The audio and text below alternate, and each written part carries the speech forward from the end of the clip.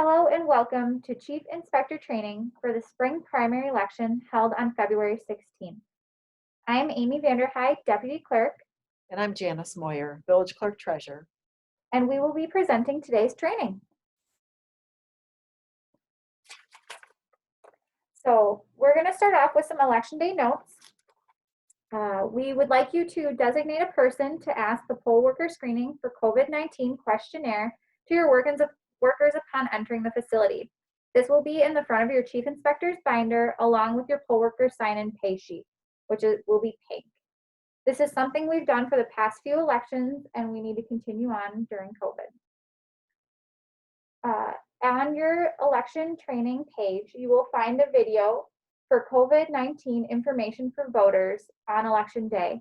This video just gives you a little bit of protocols for safety and types of things we're doing in the polling location. We are going to be going back to the call-in votes and totals. So our chiefs who are our veterans know that you will need to call our number 262-532-4200 at 10, 3, and 6 with your voter totals. Polling places. This document you'll see on the slide will be located in your Chief Inspector binder. There will be multiple copies so that you can give these out to any voter who comes into the polling place not knowing where they need to vote and don't vote at your facility. We have all 7 locations opened back up, so this may be a little confusing for voters. On the back of this page, we'll have all the addresses for all of the locations, including their wards. Ballot information. We discussed this in a different training video, but the express vote only will show a partisan contest message when scrolling through the screens. You can bypass this message by pressing the next when it appears. There's no effect on the voter selection or who they're voting for. The DS200 tape will also show the undervote for a party preference. Again, this will not affect your votes cast. At today's training, we're going to review the inspector statement. The form number is EL104. We also refer to it as our number 3 form. The inspector statement is completed at each polling place and also at central count. The central count form is a little different, but we're just going to train on the inspector statement that we use at the polling places today. The reason we use an inspector statement is to list all blank, challenged, damaged, defective, overvoted, objected to, provisional, and rejected ballots. It lists voter statistics such as the number of voters, absentee, and provisional ballots. Lists the seal numbers from the voting equipment, and it lists the certification of results from the chief inspector and election inspectors who work at the polls. The next slide has a copy of our inspector statement. Like I said, it's called our number 3 form. And just so everyone's aware, because we have some new chief inspectors, the first 2 sections on the inspector statement are completed by clerk services.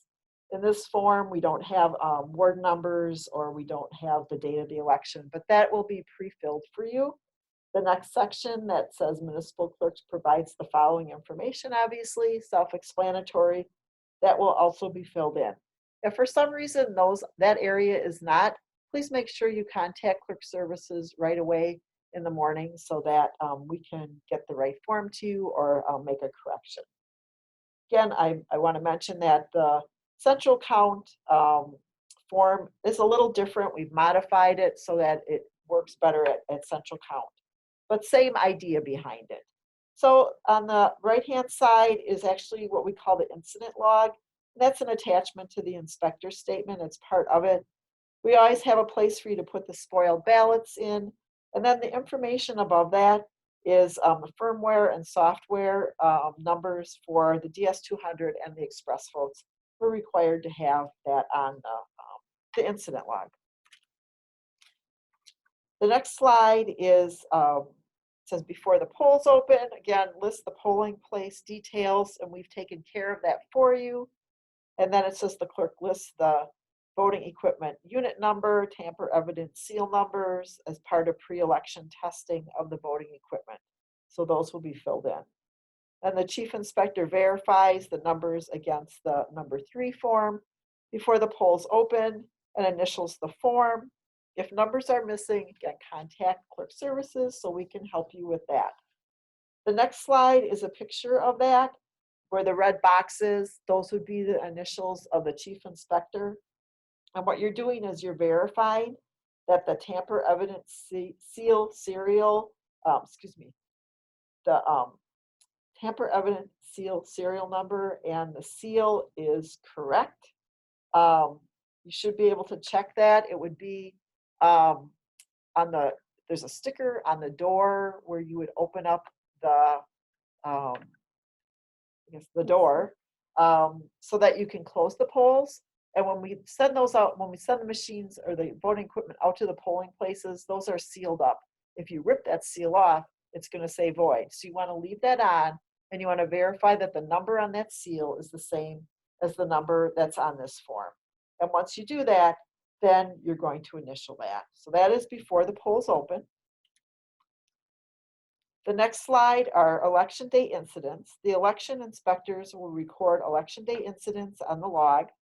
Recording events accurately can help election officials reconcile at the end of the night and answer questions. Better to record too much information rather than too little in the log. You are unlikely to have a blank incident log. There should be something on the log. And then the next page or next slide is an example. This looks a little different, obviously, than ours. We took this from Wisconsin Election Commission training we had, but we have the spoiled ballot place to put the number, also the firmware and the software. This one does not, but that's okay. It's an example of what could go on the log. So what's going to happen though is because we do central count, we're going to have some things that pertain to central count that don't pertain to the polling place. One of those things would be an absentee ballot that's rejected. That's the last one on this list. Those would be central count things. So just a little different, but it's good to see what types of things you would record. In this example, the polls opened at 7:02. I'm not sure why they opened a little later than 7, but they did. And then they said there's no poll book. So anything like that, it can be an overvoted ballot. It can be like they have WEC conducts an accessibility audit. I'm not aware they're going to be in our area, but they've done those before. So anything like that, if you would have the media show up, please make a note of it. All those types of things can go on the inspector's statement, incident log. The next slide is actually the back side of the incident log, and it has codes. And so you can use, and there's more to it than just this is a snippet of the top part of the form or the actual quick reference. You can use these codes and it helps you so you don't have to do quite as much writing on the incident log. So there's a column that says incident code. You would put the code number in and then of course a description of the incident. The incident numbers are numbered sequentially and then time and then the election officials' initials. So after the polls close, the chief inspector initials on the EL 104 or our number 3 form that the tamper evidence serial number on the equipment matches the serial number written by the clerk, pre-election and post-election. The chief inspector writes the tamper evidence serial number contained on the ballot bags, on the number 3 form, and also on the ballot bags. The chief inspector or designated election inspector completes, inspector completes includes the total number of voters, number of absentee voters, and a number of provisional voters. All election inspectors sign the completed certificate. You can attach an additional sheet if needed, and the chief inspector signs the certification that they have completed the required training. And the next slide is an example of where, again, the tamper evident seal number is going to be verified again by the chief inspector. So you're verifying that it's on the beginning of the day And you're verifying that it's still on the end of the day, which means nobody has opened that little door that you need to open to close the polls. So beginning of day, end of day, and then also the next section would be upon sealing the ballot bags or containers to which the inspector's statement pertains, record the number of the tamper evident seal used for this purpose here. So again, this would be from the ballot bags. And what we've done on our form is we've created an area where you can put multiple numbers in. The form that the state has, it used to get real tight in that area if you had multiple bags. So we tried to make that a little bit easier, but the idea is the same. You're going to be recording those numbers on the inspector statement. The voting statistics, again, ours looks a little bit different, and there's a reason for that, but let's look at this. It says total number of voters, so it's going to ask you for the last voter number from the poll list, and then the total number of EDRs, those are election day registrations. The number of absentee voters, if you're at a polling place, you're not going to have to worry about that because all of the absentees are processed at central count. If you have any provisional ballots, and then total number of ballots cast, and then the number of ballots in excess of total number of voters, and hopefully that is 0. If it's not, then you should be contacting us so that we can work through that. And then the last thing is on the bottom row of this slide, it says hand count paper ballots, optical scan, and DRE. We have optical scan ballots, so we've modified the form to get rid of those 2 other types. Excuse me, so that there's less confusion. And then the election officials certification is next. That's pretty easy. It's just having 3 of the poll workers sign, and then also chief inspectors at all of our polling places. We have 2 chief inspectors. They would both sign in that area. We're going to go over the shelter in place. So first of all, you're going to, as a chief, go and check this location for yourself. Make sure that the room is open, the area is not blocked where you can't get into it. If your shelter in place area is not accessible, please call us at the 4200 number. We will make sure to either get somebody out there or give you a solution to make sure you can get into your shelter in place location. Another task is the beginning of the day. When you know this area is accessible and able to be used, please let your poll workers know. So if something were to happen during the day, they would know where to go. Please do not be sharing this with anybody else. This is to be kept confidential and just for you and your poll workers to know. So I won't read through this completely. You can do that on your own, but I will go through just a little bit of where things are. So in Gloria Day Church, you'll exit the voting room through the door in the hall area that leads to the sanctuary. For Good Shepherd Church, you're going to go to the room marked storage room. For Menominee Falls Public Library, there are 3 locations there. The kitchen adjacent to the room for voting, the storage room adjacent to the room used for voting, and also a meeting room across the hallway. At Holy Cross, you will shelter in the library or bride's room.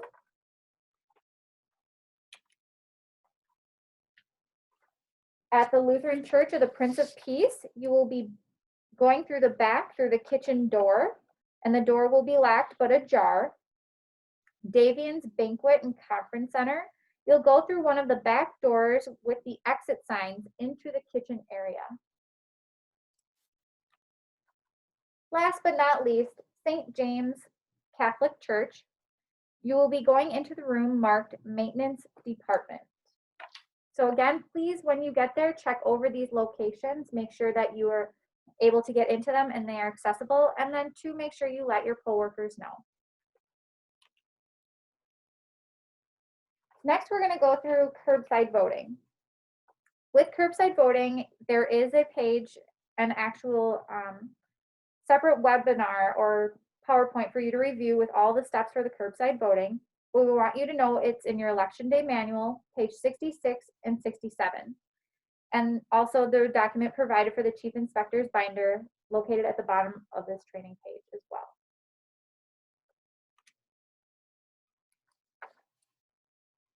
Other important information, I know we've talked about this before, but everything is important.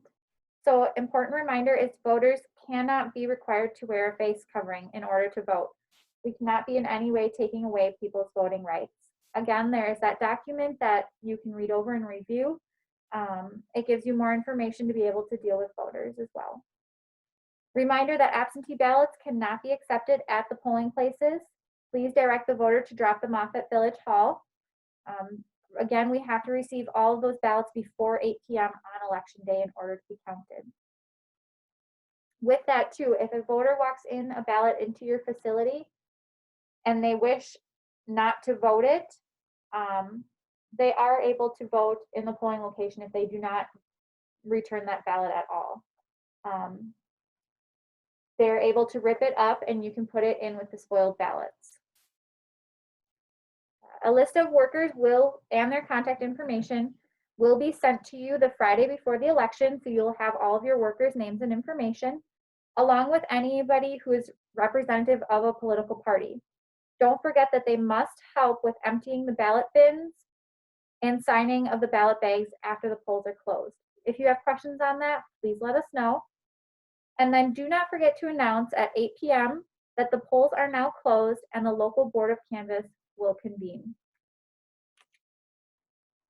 Last but not least, please know that you can contact us at any time. We ask that you call that 262-532-4200 number. Why we're asking you to use this is that we're not using our own cell phone numbers then. And there's many a staff here in our office, so they will be able to get in contact with us right away. Thank you so much for joining us with training today. We are excited for having all of our new chiefs with us, and we will see everybody on election day. Don't forget to review all the additional documents and material.